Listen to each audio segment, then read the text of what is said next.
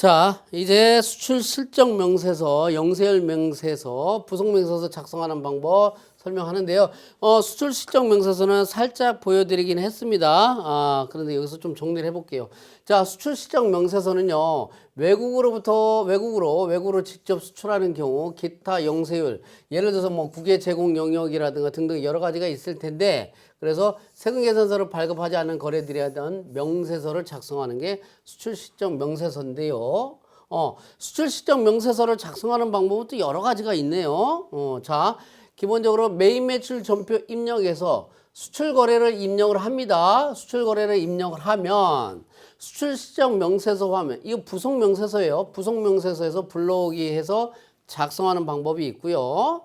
역으로 아예 수출 실적 명세서에서 수출 거래 내역을 입력을 합니다. 그래서 작성하고 역으로 반대로 메인 매출 전표 입력, 메인 매출 전표 입력 메뉴로 전표 전송하는 방법이 있어요. 이런 방법이 있고요. 또는 수출 실적 명세서, 부속 명세서 화면에서 엑셀 자료를 업로드합니다. 뭐 겁나게 수출 거래가 많을 때 아예 엑셀 자료 업로드해서 작성하고 다시 메인 매출 전표 입력, 메인 매출 전표 입력 메뉴로 전표 전송하는 방법이 있어요.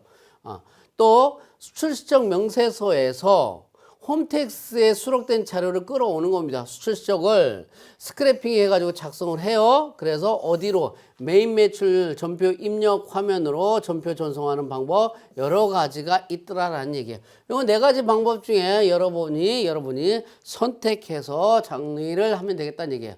첫 번째. 메인 매출 전표 입력에서 매출 유형을 뭘로 할까요? 여기 매출 유형 여기에 16 이렇게 합니다. 16 수출로 해가지고 입력하고요. 그러면 이렇게 해서 입력을 하고 뭐 공급처 뭐 공급가액 쭉 다 입력을 하겠죠. 그리고 나서 이렇게 하면 어디로 가냐? 수출의 경우 영세율 적용이 되는데 영세율 사유가 뭐냐라고 해서 영세율 구분해서 유형을 선택해서 합니다. 뭐 직접 수출이다 뭐 등등등등. 그러면서 수출 신고 번호 입력을 해 줍니다. 수출 신고 번호 입력해 주고 나서 자, 메인 매출 전부 입력하는 화면을 갖고 수출 시점 명세서에 가게 되면 부속 명세서 가게 되면 SFO 전표 불러오기 하면 추가적으로 선적일자라든가 환율, 외화라든가 이런 추가 자료 정보를 입력해서 명세서를 작성하는 방법이 있더라라는 얘기입니다. 이렇게. 그러니까 메인 매출 전부 입력하고 수출 시점 명세서, 부속 명세서에서 추가 자료 입력해서 작성하는 방법이 있고요. 자, 두 번째 방법은 아예 부속 명세서에서 하시죠. 수출 시적 명세서에서 수출되는 거래 내역들을 쭉 다 개별적으로 쭉쭉 입력해서 명세서를 작성한 후 뭐 F4 전표 처리해서 어디로 가요? 메인 매출 전표 입력, 메인 매출 전표 입력 화면으로 전표를 전송하는 방법이 있어요. 여기 아예 처음부터 그냥 뭐 개별적으로 다 입력하는 거야. 수출 신고 번호부터 해서 선적, 통화 코드, 환율 쭉쭉쭉쭉 다 입력을 하는 거예요. 물론 여기 미등록 거래처다. 그러면 여기에서 등록을 하면 메인 매출 전표 입력이 된다라는 거. 이건 참고적인 부분이고요. 그렇게 하다 보니까 너무 많죠. 뭐 한두 건 거래야 뭐 개별적으로 입력을 할 수도 있지만 너무 많을 때는 주로 어떻게 하냐면 수출식 명세서 이 화면에서 요게 있어요. 요거 F6 엑셀 작업 요게 있어요. 그래서 이 엑셀 서식을 우리 세무사랑 프로그램의 엑셀 서식을 내려받게 해서 그걸 갖고 거래처라든가 여기 주고 여기에 따라서 좀 작성 좀 해주세요. 그래서 작성해. 그리고 나서 엑셀 자료를 저장한 다음에 올리기 해가지고 명세서를 작성을 할 수가 있다는 얘기예요. 이거 개별적으로 하나하나 입력하는 게 아니라 엑셀 서식 다운받아가지고 거래처 주고 거기에다 맞춰서 입력하라고 하고 그 자료를 저장해가지고 붙여놓고 그래서 F4 전표 처리하는 방법들이 있더라. 메인 매출 전표 입력에 전표 전송하는 방법 이런 게 있더라라는 얘기예요. 여러 가지 방법 중에서 선택해서 근데 거의 다 대부분 보면은 수출 관련해서는 거래처에서 뭐 엑셀 자료라든가 이런 부분 쭉 정리를 좀 하는 것 같아요. 그 자료 받아가지고 입력을 해주면 될 것 같고요. 요거 선적, 기적일자, 기차가 아니죠. 비행기. 수출 실적 명세서의 기적일자는 수출 신고 필정이 신고일자가 아니라 선화증권상의 선적일자를 확인을 하라고 했고요. 이때 선적일자 조회하는 화면은 요거 유니패스에 수출신고번호로 입력해서 조회할 수도 있고요. 환율 조회는 여기에서 선적일 기준 환율 조회할 수 있다는 얘기고요. 요 서울 외국환 중개 사이트에 연결되는 것은 세무사로 여기 우측 화면에 보면 메뉴 링크 이렇게 해서 연결을 할 수 있는 거 여러분들 보실 수 있어요. 이렇게 해서 세 번째 방법이 있고, 네 번째 방법은 뭐냐면 똑같이 수출실적명세서 부속명세서에서 아예 CF3 수출실적명세서 불러오기 해서 어디에서 불러올까요? 홈택스로부터 수출거래 내역을 스크래핑해서 불러옵니다. 그래서 명세서를 작성하고 그리고 불러오기 오케이 기간 해서 오케이 확인하면 쭉 다 불러와질 거예요. 그러면서 이제 메인 매출 전표 자료 입력으로 전송이 되겠죠. 물론 이렇게 하면서 홈택스에서 끌어온 거하고 혹시라도 회사 자료하고 대사에서 확인 대사에서 문제 없으면 F7 마감하고 정리를 합니다. 그리고 나서 추후에 메인 매출 전표 입력해서 중간에 영세일 구분란에 보면 영세일 유형을 입력해서 또 서류 번호 같은 거 입력해 가지고 정리를 해주면 됩니다.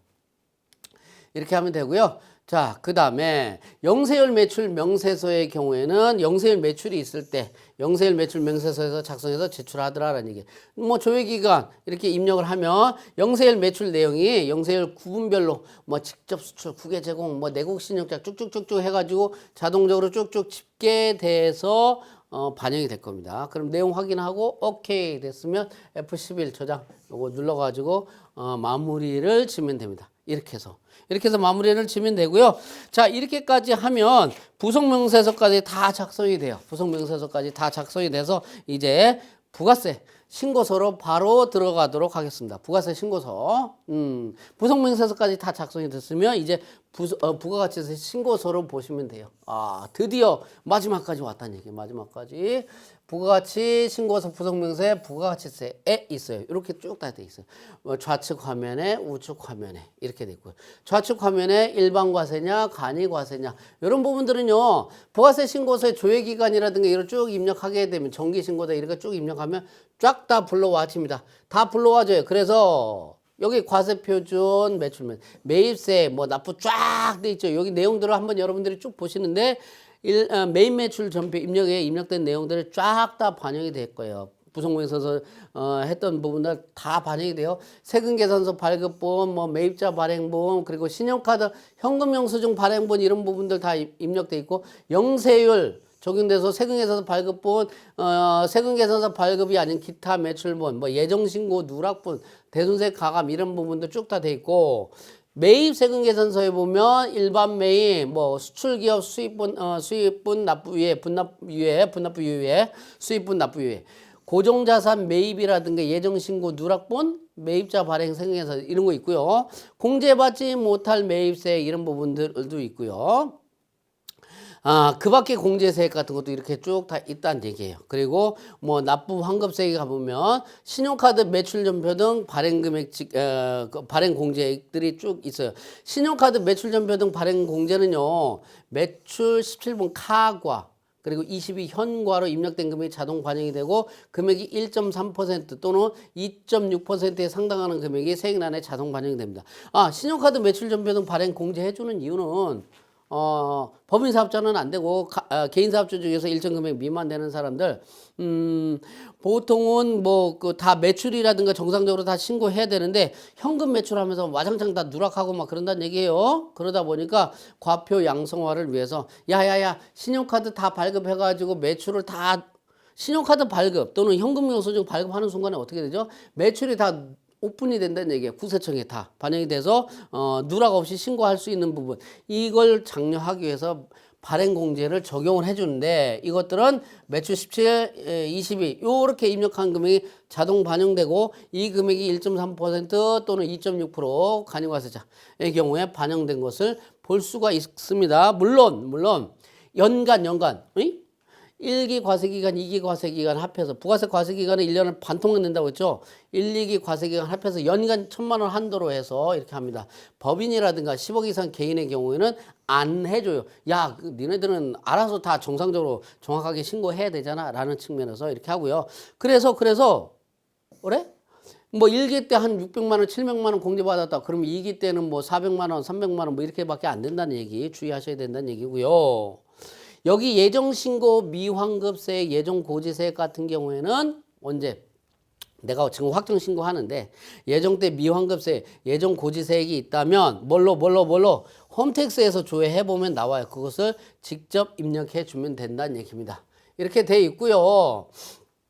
그 다음에 마감 전에 확인을 해야 되는 부분들이 있는데 F4 과표명세 여기를 클릭을 하게 되면 과세표준 명세입니다. 과세표준 명세 요거 체크를 해줍니다. 자, 환급을 한다. 그러면 예정, 확정, 영세율, 조기환급, 기한후, 과세표준 이런 부분들 확정신고다. 그럼 신고구분 영세율, 조기환급이다. 또는 여기에다 체크를 해주면 되고요. 환급 계좌 신고는 자동적으로 반영이 될 겁니다. 어디에? 환경등록에다 해놨잖아요. 환급금 계좌 이렇게 해놓고요. 만약에 FU 환급이라는 것은 뭐냐면 자, 고정자산 매입이 되면서 환급이 되는 경우에는 고정자산 매입인데 고정자산이 차량이라든가 이런 부분 때문에 불공제돼. 그럼에도 불구하고 시설투자 환급으로 표기가 된다는 얘기예요. 그러면 F6 환급을 눌러서 시설투자 환급란에 취소 체크하고 일반 환급란으로 변경도 할 수 있는 그런 기능이 있다는 거 여러분들 보시면 되고요. 그 다음에 과세표준 명세 쭉 보면 이 신고 부분은 예정 확정은 부가세 신고세 조회기간 입력하면 자동적으로 불러오는데 3번 영세율 그리고 기한후 과세표준은 별도로 선택을 하는 거. 환급금 계좌 제가 얘기를 했어요. 회사 등록상 환경 등록이 아니고 회사 등록이죠. 회사 등록. 제가 잠깐 착각을 했어요. 회사 등록상에 이렇게 하면 되고요. 그런데 환급세액이 5천만 원이 넘어가잖아요. 환급세액이 5천만 원이 넘어가고 겁나 큰 금액이라서 어떻게 자동 반영된 거 삭제하고 납세자 본인이 홈택스에 접속해서 뭐 내라고요? 계좌 개설 신고서 제출하라고 해요. 여러분들이 깜빡 잊고 그냥 그렇게 계좌번호 넣어서 이렇게 하면 나중에 세무서에서 연락 와요. 계좌 개설 신고서 제출을 하세요 라고 나와요. 이렇게. 자, 됐고요. 그 다음에 추가적으로 보면 과세표준 명세 요거 계속 봅니다. 자, 요 수입란 업태 과세표준 명세 여기 수입란에 보면 업태 종목별로 해가지고 금액이 자동적으로 쭉쭉 뿌려져 있을 거예요. 자동적으로. 그러니까 자동적으로 쭉쭉 뿌려져 있는데 업종별로 신고 매출 전표로 입력된 거래 중 매출 계정 이 부분으로 분계된 거래들이 계정 과목별로 큰 금액부터 과세표준 명세에 자동 반영이 될 거고요. 업종명이나 업태 종목 이런 것들 코드 이런 거 수정해서 입력할 수도 있다라는 거. 이건 참고적으로 보는 거예요. 그리고 중요한 거 수익금액 제외란이죠. 요 수익금액 제외란. 수익금액 제외란에 보면 주로 뭐가 있냐면 차량 운반과 같은 등으로 입력된 매출거래, 고정자산, 매각거래죠. 합계가 반영되고 수익금액 제외 사유. 고정자산 매각이에요? 간주 임대료도 사실은 내 수입이 아니잖아요. 그래서 이런 부분들을 입력해서 합니다. 법인의 경우에는 차량 매각은 수익금액 제외로 분리하지 않고요. 개인의 경우 그렇게 해야 되고, 간주 임대료는 부가세법상 간주 임대료는 부가세를 내지만 나중에 배우는 법인세라든가 소득세법상 포함될지 여부는 개별적으로 판단을 이렇게 해 줍니다. 이건 여러분들이 나중에 한번 보시면 될 것 같고요. 자, 그렇게 하고 나서 F7 저장하고 F3 마감 요거 두 개 다 눌러서 마감을 합니다. 그러면 부가세 마감 보조화면 팝업창이 열릴 거예요. 그러면 신고 대상 부속 명세서가 목록에 쭉 다 포함되어 있는지 여부를 확인하고 마감을 하는데 혹시라도 내가 이렇게 쭉 입력된 자료 중에 부속명세서 작성이 안 됐다, 뭐가 안 됐다, 뭐 등등등 하면 뭐 빠졌는 것 같은데요, 막 이런 식으로 해서 오류 메시지라든가 점검 메시지 이런 부분들이 다 뜰 거예요. 자, 그리고 여기에 F8 사업장 명세라든가 이런 부분들이 있는데 요거 보시면 F8 사업장 명세서는 뭐냐면 음식, 숙박업, 그 밖에 서비스 업종의 경우에는 확정 신고할 때 사업장 명세서를 제출해요. 임대차 계약서 같은 거 작성해서 참고해가지고 한번 최초 입력하고요. 나중에는 직전 또는 전기 과세기간 정보 불러오기 클릭해가지고 계속 활용합니다. 그러면서 변동된 내용만 수정을 하면 됩니다. 자, 이게 부가세 과세 사업자의 경우는 부가세 신고서를 작성을 하죠. 그런데 면세 사업자의 경우에는 부가세 신고를 안 합니다. 아, 물론 과세 사업과 면세 사업을 겸용하는 경우에는 부가세 과세 사업과 면세 사업 겸용하는 경우에 당연히 부가세 신고를 하면서 면세 수익 금액도 같이 신고가 들어가게끔 돼 있어요. 제가 잠깐 여기 봤나요? 여기. 자, 여기 면세 사업 수익 금액 여기 나오죠? 면세 사업 수익 금액 여기에 쭉 다 반영이 될 거예요. 계산서 발급 금액, 계산서 수취 금액 이런 부분들이 다 집계가 돼 있을 겁니다. 자, 이렇게 돼 있는데 그런데 순수하게 면세 사업만 하는 경우에는 다음 해 2월 10일까지 뭐 해야 되냐면 사업장 현황 신고라는 것을 해줘야 됩니다. 그래서 면세 개인 면세 사업자 그러면 부가세 과세 사업자라든가 과세와 면세 사업을 겸용하는 사업자라든가 또는 면세 법인 사업자의 경우에는 사업장 현황 신고는 하지 않습니다. 누가만 한다고요? 개인 사업자만 현황 신고를 하는데 이 부분에 대한 작성 방법은 소득세법에서 살펴보도록 하겠습니다. 다 돼서 다 끝났어. 다 끝났으면 뭐 해야 돼요? 뭐 해야 돼? 신고하러 가야 되죠. 신고하려면 뭐 해야 돼요? 파일을 제작해야 되죠. 뭘로? 전자신고 파일을 제작을 합니다. 여기 전자신고, 여기 들어가게 되면 전자신고 하는 부분이 있는데 이거 원천세 신고하는 거 해서 다 설명을 했던 부분이에요. 세무대리인 등록은 먼저 해야 되고 한 번 등록하면 계속 사용하는 거.